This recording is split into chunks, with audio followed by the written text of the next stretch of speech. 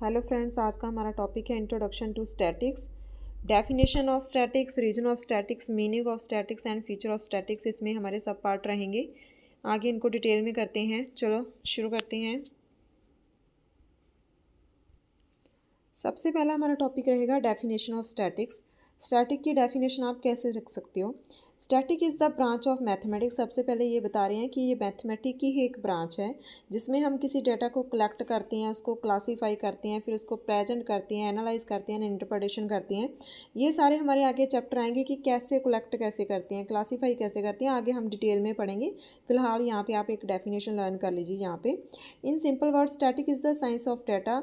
Simple word में हम इसकी डेफिनेशन कैसे दे सकते हैं कि एक साइंस ऑफ डाटा है जिसके अंदर हम सिस्टमेटिकल ढंग से किसी फैक्ट को एक कलेक्ट करेंगे, उसके बाद हम उससे क्या निकालेंगे, उससे कंक्लूज़न निकालेंगे। ठीक है, आगे आ जाता है हमारा ओरिजिन ऑफ स्टैटिक्स कि इसका ओरिजिन कहाँ से हुआ था। यहाँ में सबसे पहले जो हमारा ओरिजिन हुआ था इस वर्ड का, वो हुआ था लैटिन वर्ड के स्टेटस से। ठीक है, सबसे पहले कौन सा हुआ था? लैटिन लैंग्वेज से। उसके बाद इटालियन वर्ड के स्टैटिस्टा से, और तीसरा है जर्मन के वर्ड स्टैटिस्टिक से। ठीक है, और ये वर्ड किसने यूज़ किया था? गॉटफ्राइड चेनेवल ने सबसे पहले यूज़ किया था, जिसका मीनिंग है political science of state affair.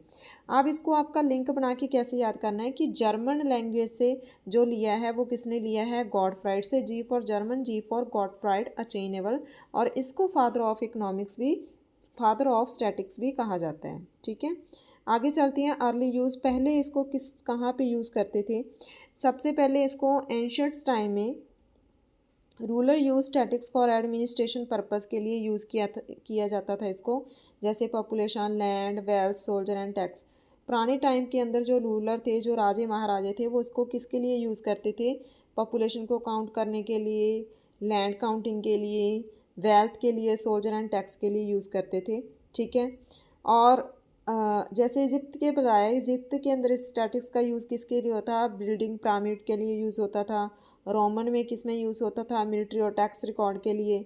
India के अंदर किस टाइप से इसका यूज़ होता था? Record of population, agriculture and revenue के लिए यूज़ होता था। तो ये पुराने टाइम की बता रहे हैं हमें कि पहले भी स्टैटिक्स का यूज़ था, जैसे पॉपुलेशन काउंट करने के लिए, लैंड काउंट करने के लिए, वेल्थ देखने के लिए, टैक्स को देखने के लिए, तो स्टैटिक्स का यूज़ किया जाता था। नेक्स्ट आ जाता है हमारा मॉडर्न डेवलपमेंट। अब किस तरीके से इसका यूज़ किया जाता है? In 17 and 18 century static is shifted from just state related data to scientific method. कि हम पहले तो जैसे पॉपुलेशन काउंट कर रहे थे, तो इसमें कह रहे हैं कि ये अब इसको साइंटिफिक मेथड में इसको चेंज कर दिया है। For analyse all type of numerical data, तो सारे न्यूमेरिकल डाटा को एनालाइज करने के लिए एक साइंटिफिक मेथड हम अब इसका यूज़ करते हैं। Today it is widely applied in economics, business, medicine, social science and natural science. अब इसका यूज़ इकोनॉमिक्स में भी कर रहे हैं, बिजनेस में भी कर रहे हैं, medicine, social science and natural science के अंदर इसका यूज़ किया जा रहा है। तो ये मॉडर्न डेवलपमेंट है इसकी, इसमें साइंटिफिक मेथड हम इसके यूज़ कर रहे हैं। तो इससे क्या कंक्लूजन मिलता है कि origin of static lies in state administration governance, but with the time it has develop in full flash science of data use in almost every field. कि सबसे पहले इसका यूज़ सिर्फ स्टेट एडमिनिस्ट्रेशन ही इसका यूज़ करती थी, या सरकार ही इसका यूज़ करती थी। लेकिन अब क्या हो गया है कि इसका यूज़ कहाँ पे होने लगा है? हर फील्ड में अब इसका यूज़ शुरू हो गया है। जैसे हमने ऊपर फील्ड बता दिए हैं आपको कि कौन कौन से फील्ड में इसका यूज़ होना शुरू हो गया है। ठीक है, आगे हम करते हैं meaning of statics. Meaning of statics ये टू सेंस में यूज़ होता है, एक तो प्लूरल सेंस में और सेकंड होता है सिंगुलर सेंस में। प्लूरल सेंस में हम इसकी डेफिनेशन या इसका मीनिंग किस तरीके से देखते हैं, चेक कर लेते हैं। पहले refer to numerical fact and data collected in a systematical way. तो एक तो बात कर रहा है कि न्यूमेरिकल डाटा होना चाहिए जो एक सिस्टमेटिकल ढंग से आपने कलेक्ट किया है। Okay, raw numerical information. ठीक है, क्वांटिटेटिव एंड ऑब्जर्वेबल, कि क्वांटिटेटिव होना चाहिए, क्वालिटेटिव नहीं होना चाहिए। दूसरा जिसको आप ऑब्ज़र्व कर सकते हैं, रॉ न्यूमेरिकल इन्फॉर्मेशन होनी चाहिए। ठीक है, उसके बाद क्या है, जैसे ये एग्जांपल देके हमें बता रहे हैं कि एग्जांपल क्या है? Example of population of India is 1.4 billion and literacy rate. तो ये बता रहे हैं कि ये हमने डाटा कलेक्ट किया है कि ये population of India, literacy rate, monthly rainfall data and ये सारा जो डाटा हमने नंबर्स में कलेक्ट किया है, तो ये कौन सी सेंस में हमारी स्टैटिक्स है, ये प्लूरल सेंस में है। अब सिंगुलर सेंस में देख लेते हैं कि सिंगुलर सेंस में स्टैटिक्स क्या है। Refer to science and method of dealing with data, कि हमने ऊपर डाटा तो कलेक्ट कर लिया, ठीक है, हमने ये डाटा कलेक्ट कर लिया, लेकिन इसके ऊपर जब हम कोई मेथड अप्लाई करते हैं इस डाटा के साथ, तो उसको हम क्या बोलते हैं, उसको हम बोलते हैं स्टैटिक्स इन सिंगुलर सेंस, ठीक है। ए डिसिप्लिन और body of method use to collect, classify, present, analyze and interpret data, कि जो हमने डाटा को कलेक्ट करने के लिए जितने भी मेथड यूज़ किए थे उसको कलेक्ट करते समय, क्लासीफाई करते हुए, प्रेजेंट करते हुए, एनालाइज करते हुए, तो वो जो मेथडोलॉजी है उस मेथडोलॉजी के हिसाब से देखते हैं तो स्टैटिक एक सिंगुलर सेंस है। लेकिन जो सब हम सिर्फ रॉ डाटा या इंफॉर्मेशन जो हम ऑब्ज़र्व कर रहे हैं, ले रहे हैं, उसके हिसाब से देखते हैं तो जो स्टैटिक्स है वो एक प्लूरल सेंस में है, ठीक है। तो आगे है हमारा एग्जाम्पल दे रखे हैं इसके, static teach us how to calculate average income. तो ये जब हम किसी मेथड का यूज़ करते हैं तो हमें स्टैटिक्स क्या बताती है कि एवरेज इनकम कितनी है। मान लो हमने इनकम कलेक्ट की कि किसी की इनकम 2000 है, किसी की 3000 है, किसी की 4000 है, तो इनकम अलग अलग है, ये हमारा डेटा हो गया, तो ये प्लूरल सेंस होगी। लेकिन जब हम क्या करते हैं, इसको कैलकुलेट करते हैं, इसकी एवरेज इनकम निकालते हैं, तो जब हमने इसके ऊपर एक मेथड अप्लाई किया तो ये स्टैटिक कौन सा बन गया, सिंगुलर सेंस, ठीक है। Statics help in forecasting the economy. अब हम रेनफॉल का जो हमने ऊपर एग्जांपल दिया था कि उसका हमने डाटा कलेक्ट कर लिया कि कितनी कितनी हो रही है, उसके बेस के ऊपर हम आगे फोरकास्ट करते हैं, ठीक है। तो ये हो गया हमारा meaning in singular and plural sense. I hope ये टॉपिक आपको समझ आ गया होगा। नेक्स्ट टॉपिक देखते हैं। जैसे आपको ये शॉर्ट में भी हमने लिख दिया है वैसे इन शॉर्ट में कि प्लूरल सेंस क्या होता है, हमारा न्यूमेरिकल डाटा होता है, एंड सिंगुलर सेंस क्या होता है, science of data and method और टेक्निक से होता है, ठीक है। चलो नेक्स्ट है हमारा feature of statics deal with numerical fact, ठीक है। इसमें क्या लिखा है, डील विद न्यूमेरिकल फैक्ट। सबसे पहले तो ये न्यूमेरिकल के साथ डील करता है। Statics always express fact in A numerical form, ये सबसे न्यूमेरिकल फॉर्म में लेके चलते हैं, क्वालिटेटिव में नहीं ले रहे। Literacy rate is 74%, population is 140 crore, तो ये क्या हो गया, हमारा न्यूमेरिकल टर्म होगी, ठीक है। तो किसके साथ डील करता है, न्यूमेरिकल फैक्ट के साथ डील करता है, ये तो हमारा कंफर्म हो गया है। Based on aggregate not individual, ठीक है।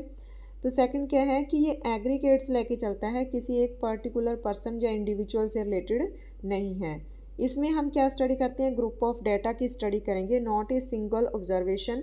इसमें average income of people not one person income, इसमें पीपल्स की एवरेज इनकम लेके चलती हैं, ना कि किसी एक पर्सन की इनकम, ठीक है। आगे आ जाएगा हमारा collection of data. Foundation of static is collection of data survey through survey, census and experiment. अब हम कह रहे हैं कि वो कलेक्ट करेगा, कैसे कलेक्ट करेगा, या तो वो सर्वे करवाएगा, सर्वे कर सकता है, ठीक है, घर घर जाके क्वेश्चनेयर बना के उससे पूछ सकता है, सेंसस मेथड से कर सकता है, या एक्सपेरिमेंट मेथड से भी इसको कर सकता है। तो इसमें कलेक्शन ऑफ डाटा, सबसे पहले हमें डाटा को ही कलेक्ट करना पड़ेगा। नेक्स्ट फीचर क्या है, सिस्टमेटिकल ऑर्गेनाइजेशन, कि इसको एक सिस्टमेटिकल ढंग से करेगा। Data is classify and tabulated to make understandable, data को एक क्लासीफाई ढंग से, जैसे कि हमने एक लिस्ट बनाई है जिसमें गर्ल्स की अलग है, बॉयज़ की अलग है, तो हमने ये क्लासीफाई कर दिया कि बॉयज़ के लिए हमारा ये वाला कॉलम रहेगा और गर्ल्स के लिए ये वाला, तो दोनों को एक दूसरे से कंबाइन नहीं करेंगे, इसको क्लासीफाई कर लिया हमने, ठीक है। इसमें और भी ले सकते हो आप एग्जांपल, जैसे कि रूरल का ले सकते हो, अर्बन का ले सकते हो, कि एक साइड पे आप रूरल एरिया ले रहे हो और दूसरी साइड पे आप कर रहे क्या ले रहे हो, आप अर्बन एरिया ले रहे हो, ठीक है। तो ये क्लासीफाई हो गया, क्लासीफाई ढंग से हम इसको स्टडी करते हैं। Like any science statics follow a systematical procedure, इसमें भी हम एक सिस्टमेटिकल प्रोसीजर लेते हैं कि सबसे पहले डाटा को लेके आएंगे, फिर उसको रूरल वाइज और अर्बन वाइज हमने क्लासीफाई कर दिया, फिर उसका एक चार्ट बना लिया, चार्ट को फिर हमने एनालाइज किया, फिर उससे रिजल्ट निकाले, इंटरप्रेट किया। तो एक सिस्टमेटिकल ढंग से, साइंस की तरह इसमें सिस्टमेटिकल ढंग से इसकी स्टडी होती है। नेक्स्ट है एनालाइज एंड इंटरप्रिटेशन, ठीक है, कि ठीक है हमने डेटा ले लिया, कलेक्ट कर लिया, क्लासीफाई कर लिया, लेकिन उससे कंक्लूज़न निकालना भी उतना ही ज़रूरी है। तो स्टैटिक्स की फ़ीचर क्या है कि इससे यूज़फुल कंक्लूज़न भी निकाल सकते हैं। Deals with variability and uncertainty, तो ये डील करता है अनसर्टेनिटी के साथ, जैसे वेदर फोरकास्टिंग, स्टॉक मार्केट की प्रेडिक्शन कि स्टॉक मार्केट में जो हमारे शेयर्स हैं वो अप होंगे या डाउन जाएंगे, तो उसके बारे में भी हमारी ये कंडीशंस पता चलती हैं। अनसर्टेनिटी के बारे में हम इसके साथ डील करता है। आगे है natural and social phenomena vary statics provide tool to measure analyze this variation. ये ज़रूरी नहीं है कि ये सिर्फ शेयर मार्केट या इसके लिए डील करता है, ये नेचुरल और सोशल फिनोमिना भी है, ठीक है, जो टाइम टू टाइम जो चेंजेस आते हैं उसको एनालाइज करता है। नेक्स्ट है हमारा हेल्प इन डिसीजन मेकिंग। तो डिसीजन मेकिंग में भी हेल्प करता है। किसकी हेल्प करता है? सरकार की, बिजनेसमैन की, रिसर्चर्स की। जो रिसर्च करती हैं, जो बिजनेस करती हैं, वो अपनी जो पॉलिसीज़ हैं और जो प्लानिंग है वो किसकी हेल्प से करती हैं? स्टैटिक्स की हेल्प से। तो ये डिसीजन मेकिंग भी हमारी हेल्प करता है। अप्लाइड साइंस, ये सिर्फ थ्योरेटिकल नहीं है बल्कि ये प्रैक्टिकल है। इसको हम इकोनॉमिक्स में अप्लाई कर सकते हैं, बिजनेस में, मेडिसिन में, एग्रीकल्चर में, social science and data science में अप्लाई होता है, इसलिए ये अप्लाइड साइंस है, प्रैक्टिकल भी है, not only theoretical. Objective in nature, lies on fact, figure, not and personal opinion. ये फैक्ट और फिगर्स के ऊपर बेस है, इसमें हम कोई पर्सनल ओपिनियन नहीं लेके चलते, क्योंकि हम इसमें जो डेटा कलेक्ट करते हैं डेटा के बेस के ऊपर ही हम इसका कंक्लूज़न निकालते हैं। आगे है स्टडी मास फिनोमिना, स्टडी ग्रुप और agriculture average income of a country not 1%। इसमें पूरे कंट्री की इनकम चेक करेंगे, नॉट ओनली 1%। इससे क्या पता चलता है कि ये ग्रुप्स और एग्रीकल्चर की स्टडी है। हेल्प्स इन प्रेडिक्शन, प्रेडिक्शन में हेल्प करता है। Static method help in forecasting future, जैसे वेदर फोरकास्ट, इकोनॉमिक ग्रोथ, इनके बारे में स्टडी करता है, ये प्रेडिक्शन में हमारी हेल्प करता है। बेस ऑन साइंटिफिक मेथड, जैसे use logical, mathematical, probability tools, average, correlation, regression and probability. इसके अंदर बहुत सारे मेथड हैं जिसको आगे हम डिटेल में करेंगे कि कोरिलेशन से, रिग्रेशन से, प्रोबेबिलिटी से, ये साइंटिफिक मेथड का यूज़ कर।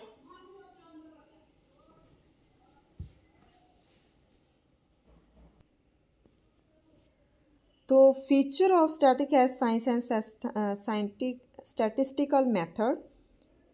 तो ये हमारा टॉपिक आज का पूरा हो गया है। आगे क्या लिखा है? When we see static as a science note is not only about data, about the method of handling data.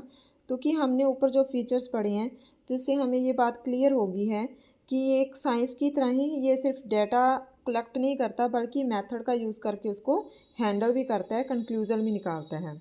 Static is the science of collecting, organizing, analyze and interpretation data to make decision और draw conclusion. तो इससे बात clear होगी। हमारा conclusion क्या लिखा है कि एक साइंस ही है, साइंस की तरह ही डाटा कलेक्ट करेगा, ऑर्गेनाइज करेगा, एनालाइज करेगा, इंटरप्रेट करेगा और उसके बाद उससे क्या निकालेगा? कंक्लूजन निकालेगा। ठीक है, आज का टॉपिक कंप्लीट हो गया आपका। नेक्स्ट टॉपिक आगे हम नेक्स्ट वीडियो में लेके आएंगे। प्लीज़ आप मेरे चैनल को सब्सक्राइब कीजिए, लाइक कीजिए, शेयर कीजिए। Thank you.